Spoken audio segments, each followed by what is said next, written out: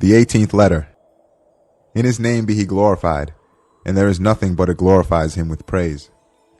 This letter consists of three important matters. The first important matter.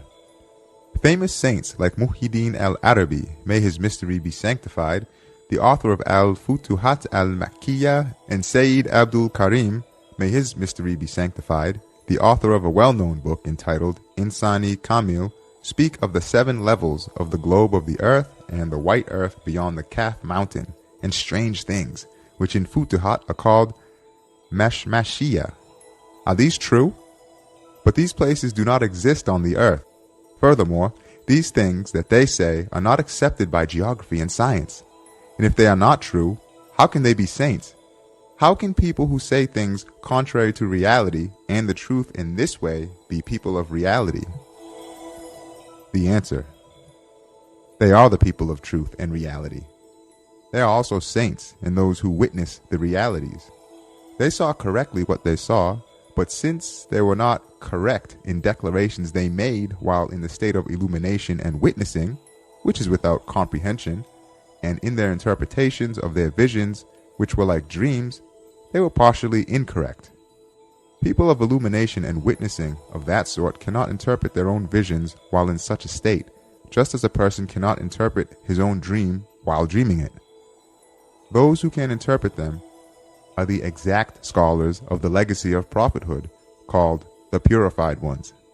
For sure, when they rise to the rank of the purified ones, the people of witnessing of that group understand their errors through the guidance of the Quran and the Sunnah, and they correct them.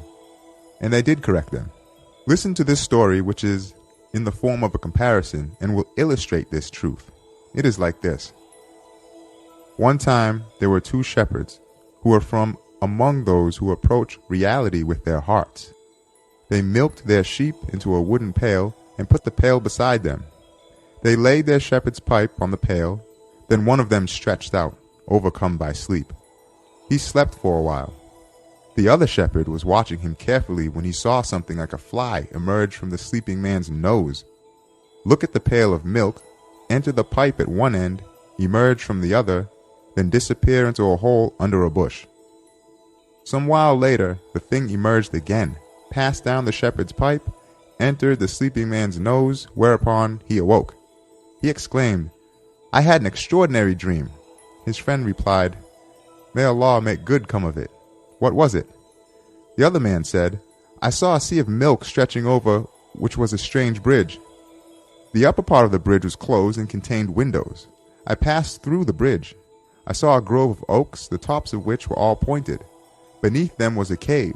I entered it, and I saw some treasure full of gold. How can this be interpreted, I wonder?" His alert friend said to him, "The sea of milk you saw was this wooden pail and the bridge, our shepherd's pipe. The pointed oak trees were this bush, while the cave was this small hole. Get the pickaxe, and I'll show you the treasure." He brought the pick, and they dug under the bush. And there they found gold enough to make them both prosperous in this world. Thus, what the sleeping man dreamt was right, and what he saw correct.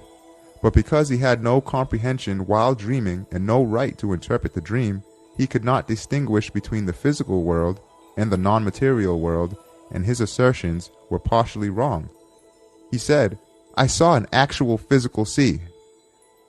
But since the man who was awake could distinguish between the physical world and the world of similitudes, he had the right to interpret the dream. He said, "What you saw in the dream was right, but it wasn't an actual sea.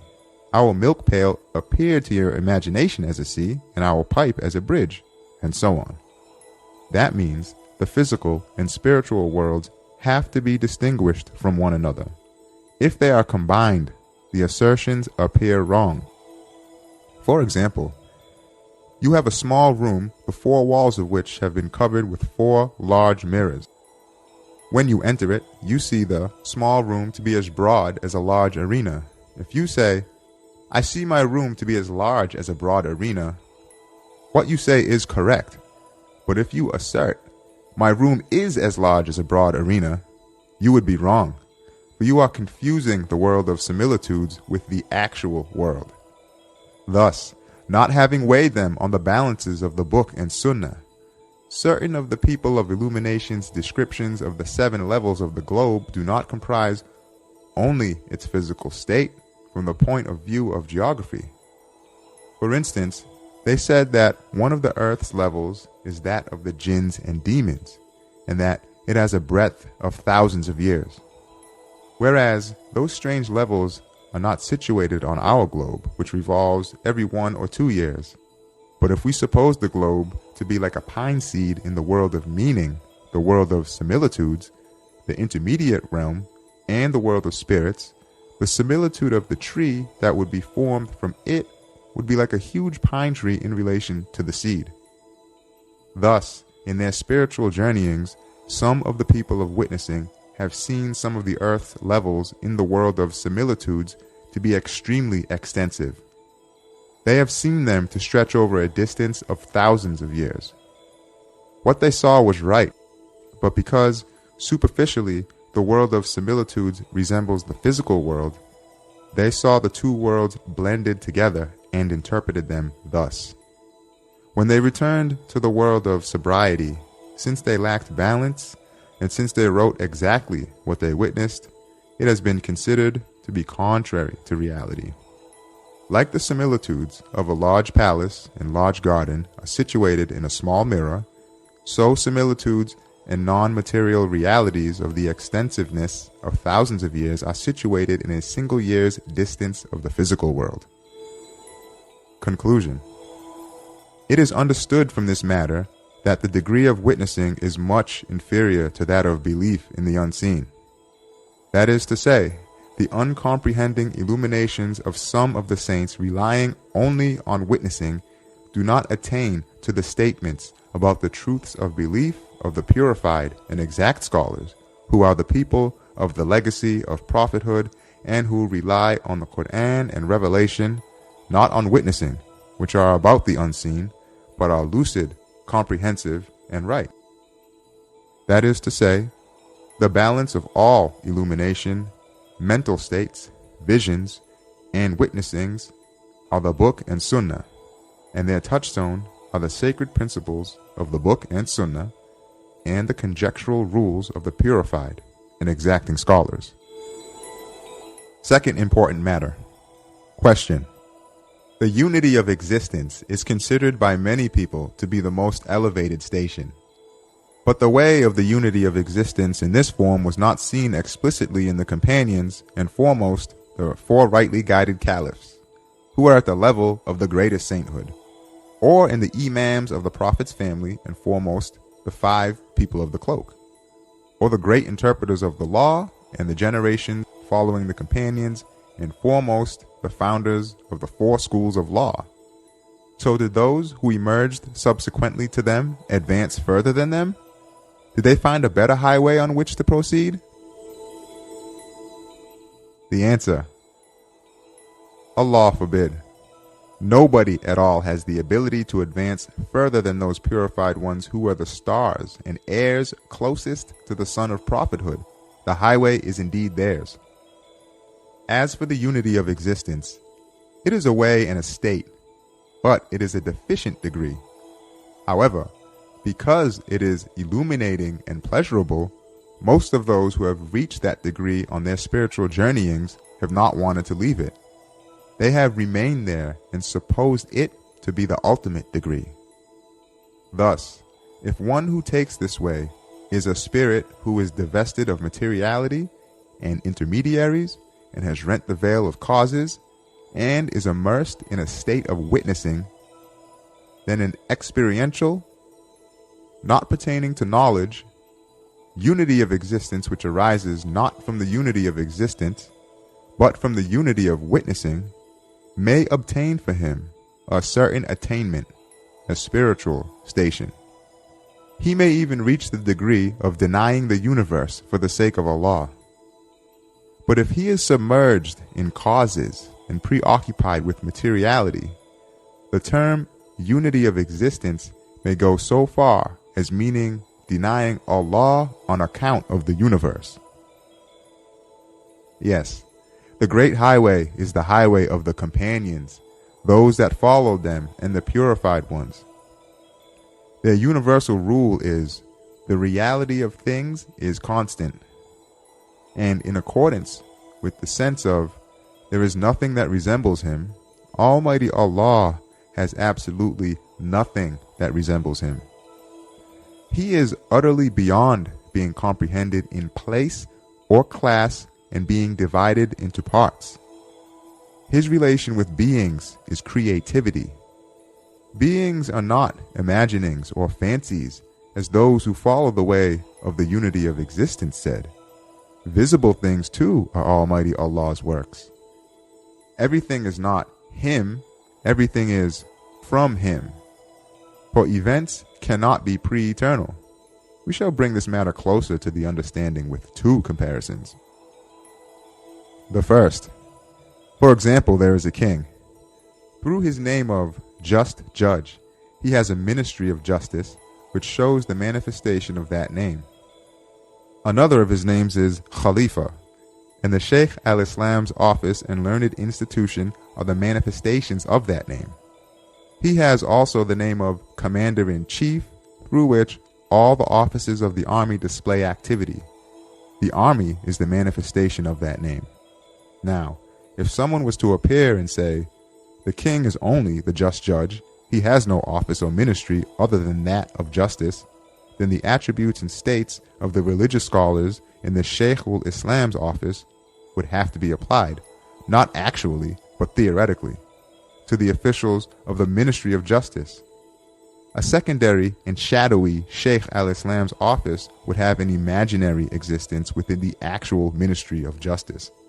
And again, in hypothetical fashion, the dealings and states of the army office would be supposed in the officials of the judiciary. An unreal army office would be imagined there, and so on. And so, in this situation, the king's true name and true sovereignty is the name Just Judge and his sovereignty in the Ministry of Justice. His names like Khalifa, Commander-in-Chief, and Sultan are not actual, but hypothetical. However, the nature of kingship and reality of sovereignty demand all the names in actuality, and actual names require and necessitate actual offices. Thus, the sovereignty of divinity necessitates in actuality numerous sacred names like All-Merciful, Provider, Bestower, Creator, Doer, Munificent, and Compassionate. And those true and actual names require actual mirrors. Now, since the people of the unity of existence say, there is no existent but He, they reduce the reality of beings to the level of imagination. Almighty Allah's names of necessary existent, one, and single have true manifestations and spheres of application.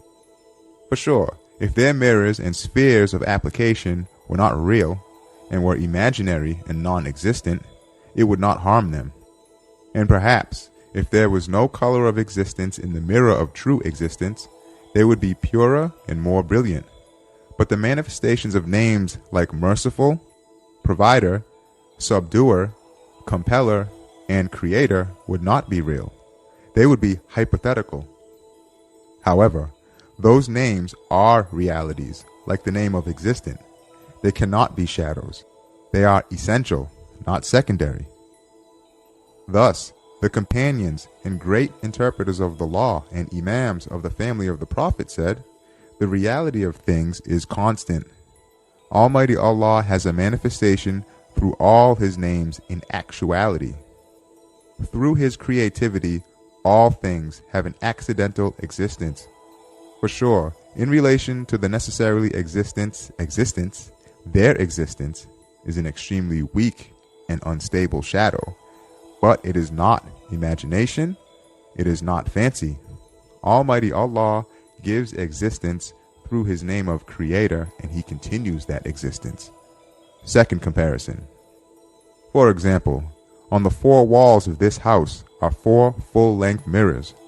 However much the house is depicted together with the other 3 mirrors in all the mirrors, each holds the things in itself in accordance with its own makeup and color.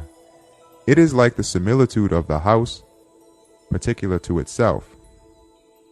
Now, two men enter the house. One of them looks at one of the mirrors and says, "Everything is within it." When he hears of the other mirrors and images within them, he applies what he hears to a tiny corner of the one mirror whose contents are shadows twice over, whose reality has shrunk and has changed. He also says, "I see it thus, in which case reality is thus." The other man says to him, "Yes, you see it like that, and what you see is true. But in actuality and reality, the true form of reality is not like that. There are other mirrors besides the one you looked at. They are not the shadow of shadows and as tiny as you saw." And so, each of the divine names requires a different mirror. And since merciful and provider, for example, are real and fundamental, they require beings worthy of them who are needy for sustenance and compassion. Just as all merciful requires real beings with spirits needy for sustenance in a real world, so too, all compassionate requires a paradise which is thus real. If only the names of existent, necessarily existent, and single one of unity are held to be real, and the other names considered to be shadows within them, it is a sort of injustice towards those other names. It is due to this mystery that the great highway is surely the highway of the companions, the purified ones, the imams of the Prophet's family, and the great interpreters of the law and founders of the four schools of law, who possessed greater sainthood and were directly the first class of the Quran's students. Glory be unto you. We have no knowledge save that which you have taught us. Indeed, you are all-knowing, all-wise. O our sustainer, do not cause our hearts to swerve now that you have guided us, and bestow mercy on us from you, for you are the bestower of gifts. O Allah, grant blessings to the one whom you sent as a mercy to all the worlds and to all his family and companions. An addendum to the second matter. Question. Muhyi'l-Din al Arabi considered the unity of existence to be of the highest level. Likewise, some of the great saints who took the path of love followed him. However, you say that this matter is not of the highest level and is not real, that it is rather the way, to a degree, of those who become intoxicated and immersed in the divine, and of the people of love and ecstasy.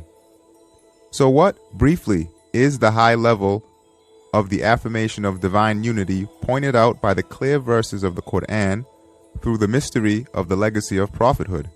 Can you explain it? The answer. It is 100 times beyond the ability of an utterly powerless unfortunate like myself to judge these elevated stations with his limited thought. I shall just explain one or two extremely brief points proceeding from the effulgence of the all-wise Quran. Perhaps they will be useful in understanding the matter. First point. There are numerous reasons for the way of the unity of existence and for becoming enmeshed in it. One or two of them shall be described. The first reason. Because they could not squeeze into their brains the maximum degree of the creativity of dominicality, and could not entirely establish in their hearts that everything, through the mystery of divine oneness, is held directly in the grasp of dominicality, and that all things have existence through divine power, choice, and will, those who took that way were obliged to say that everything is either him, or does not have existence, or is imaginary, or is his manifestation or emanation. The second reason. The mark of passionate love is to want never to be separated from the beloved and to flee desperately from such separation, to tremble at the thought of parting, to fear distance from the beloved as though fearing hell, and to abominate transience, to love union with the love of one's own spirit and life, and to yearn for closeness to the beloved with the longing for paradise. Thus, through adhering to a manifestation of divine immediacy in all things, Those who took the way of the unity of existence disregarded separation and distance. Supposing union and meeting to be permanent, they said, "There is no existent but He." Through the intoxication of love, and as demanded by the ecstasy of permanence, meeting and union, they imagined that in the unity of existence was a most pleasurable way of illumination whereby they could be saved from the dreadfulness of separation. That is to say, the source of the first reason was the hand of the intellect being unable to reach up to some of the truths of belief, which were extremely broad and elevated, its being unable to comprehend them and not having developed completely in regard to belief, while the source of the second reason was the extraordinary unfolding of the heart from the point of view of love and its wondrous expansion and breadth. However, the supreme level of divine unity, the purified ones, who were the people of sobriety and great saints of the legacy of prophethood, saw through the explicit expositions of the Quran, is both extremely elevated and shows both the maximum level of dominicality and creativity, and that all the divine names are real. It preserves its bases and does not spoil the balance of the decrees of dominicality. For they say that together with the oneness of His essence and His being free of space, with His knowledge, Almighty Allah encompasses and determines directly all things together with all their attributes, and through His will He chooses and specifies them, and through His power He creates them. He creates and directs the whole universe as though it were a single being. He creates the huge spring with the same ease as creating a flower. Nothing can be an obstacle to anything else. There is no fragmentation in His regarding things. He is present everywhere at the same instant through the disposal of His knowledge and power. There is no division or distribution in His disposal. This mystery has been expounded and proved completely in the 16th word and in the second stopping place of the 32nd word. Since, according to the rule, comparisons are incontestable, attention is not paid to defects in comparison and allegory, I shall set forth a very faulty comparison so that the difference between the two ways may be understood to a degree. For example, let us imagine a huge, matchless, and wondrously adorned peacock which can fly from east to west in an instant, and opens and closes its wings, which stretch from north to south, are adorned with hundreds of thousands of fine patterns, and in every single feather of which are included brilliant arts. Now, there are two men observing it. They want to fly with the wings of the intellect and heart up to the elevated qualities of this bird, to its wondrous decorations. One looks at the peacock's state and form and the marvelous inscriptions of power on all its feathers. He loves it with extreme passion and ardor. He in part abandons his attentive, reflective thought and adheres to love. But then he sees that every day those lovable decorations change and are transformed. Those objects of his love which he worships disappear and are lost. While he should have said that through true divine unity, which he could not encompass with his mind, and absolute dominicality and the oneness of the divine essence, they were the artistic decorations of an inscriber possessing universal creativity. He said instead, in order to console himself, that the spirit of the peacock was so sublime that its maker was within it, or that the peacock had become him, and that since its spirit had become one with its being, and its being combined with its outward appearance, its spirit's perfection and being's exaltedness displayed those manifestations, showing a different inscription and beauty every moment. It was not a true creation through its will, but rather a manifestation, an emanation. As for the other man, he said that those harmonious and well-ordered decorations so full of art definitely required will, choice, intention, and purpose. It was not possible for there to be a manifestation without will, an emanation without choice. Yes, the peacock had a beautiful and elevated nature, but it could not be the doer. It was passive. It could not become one with the active agent. Its spirit was fine and exalted, but it could not be the creator and disposer, only receptive and a means. For observedly, in each of its feathers was an art performed with infinite wisdom, and an inscription and decoration made through an infinite power. And these could not occur without will and choice. These arts, showing perfect wisdom within perfect power, and perfect dominicality and mercy within perfect wisdom, were not the work of some sort of manifestation. The scribe who had written that gilded notebook could not be inside it and be united with it.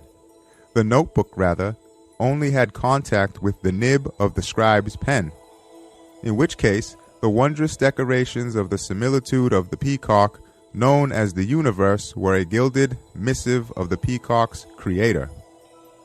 Now, look at the peacock and read the missive. Say to its scribe, "What wonders Allah has willed. Blessed be Allah, glory be to Allah." One who supposes the missive to be the scribe, or the scribe to be inside the letter, or fancies the missive to be imagination, has surely hidden his reason in the veils of love, and been unable to see the true form of reality. Among the varieties of passionate love, the one most giving rise to the way of the unity of existence is love of this world. When it turns into true love, love of this world, which is metaphorical, is transformed into the unity of existence. A person loves a personal beloved with metaphorical love. Then, unable to accept with his heart his beloved's transience and ephemerality, he consoles himself, saying that he is a mirror to the true object of love and worship, and attaches himself to a reality, so acquiring permanence for him through true love. In the same way, when the strange love of one who takes the huge world and the universe in its totality as his beloved is transformed into true love through the constant blows of death and separation, he seeks refuge in the way of the unity of existence, in order to save that great beloved of his from death and separation. If he has extremely strong and elevated belief, it becomes a pleasurable, luminous, acceptable level, like with those resembling Muhyi'l-Din al Arabi.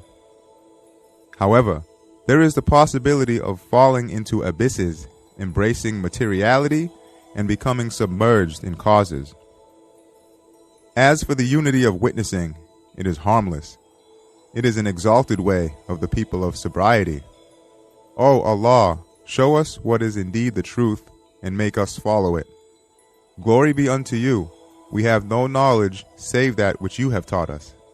Indeed, you are all-knowing, all-wise. Third matter. An important matter that has not been solved by philosophy and reason. Every day in new splendor does he shine. Indeed, your sustainer is doer of what he will. Question: what is the reason for and wisdom in the astonishing, unceasing activity in the universe? Why do these fleeting beings not stop, but continuously change and are renewed? The answer: to explain the wisdom in this would require 1,000 pages. And so, we shall leave aside a full explanation and squeeze an extremely brief summary of it into 2 pages. If a person performs a natural function or social duty and works enthusiastically to do so, one who observes him carefully will certainly understand that there are 2 things that make him perform the duty. The first are the benefits, fruits, and advantages which result from the duty, which are called the ultimate cause. The second, there is a love, a desire, a pleasure, which cause the duty to be performed enthusiastically, and these are called the necessitating cause and reason. For example, eating food. The pleasure and longing arising from appetite drive a person to eat, and afterwards, the result of eating is nourishing the body and perpetuating life. In the same way, and Allah's is the highest similitude, based on 2 sorts of divine names, the awesome and astonishing endless activity in the universe is for 2 vast instances of wisdom, each of which is also infinite. The first, Almighty Allah's most beautiful names have incalculable sorts of manifestations. The variety in creatures arises from the variety of the manifestations. The names require to be manifested in a permanent fashion. That is, they want to display their embroideries. That is, they want to see and display the manifestations of their beauties in the mirrors of their embroideries. That is, they want every instant to renew the book of the universe and missives of beings. That is, they necessitate the continuous, meaningful writing and to display each missive to the study and gaze of the most pure and holy essence, the one signified, as well as to all conscious beings. They require to make each of the missives read. The second reason, an instance of wisdom. Just as activity in creatures arises from an appetite, a desire, a pleasure, and there is a definite pleasure in all activity, rather, all activity is a sort of pleasure, so too, in a suitable way and form appropriate to his essential self-sufficiency and absolute riches, and in a manner fitting for his absolute perfection, the necessarily existent one has boundless, sacred compassion and infinite, holy love. And he has a boundless sacred ardor arising from that sacred compassion and holy love, and an endless, holy joy arising from that sacred ardor, and, if one may say so, an infinite, sacred pleasure arising from the sacred joy. And pertaining to that merciful and compassionate one is, if the term is permissible, a boundless, sacred gratification and infinite holy pride arising from the boundless feeling of compassion that springs from the sacred pleasure, sacred gratification, and pride which arise from the gratitude and perfections of creatures which result from their abilities emerging from the potential to the actual, and their developing within the activity of power. It is these which necessitate in boundless fashion an endless activity. Thus, it is because philosophy, science, and natural philosophy do not know this subtle instance of wisdom that they have confused unconscious nature, blind chance, and lifeless causes in this utterly knowing, wise, percipient activity, and falling into the darkness of misguidance, have been unable to find the light of reality. Say, Allah sent it down, then leave them to plunge in vain discourse and trifling.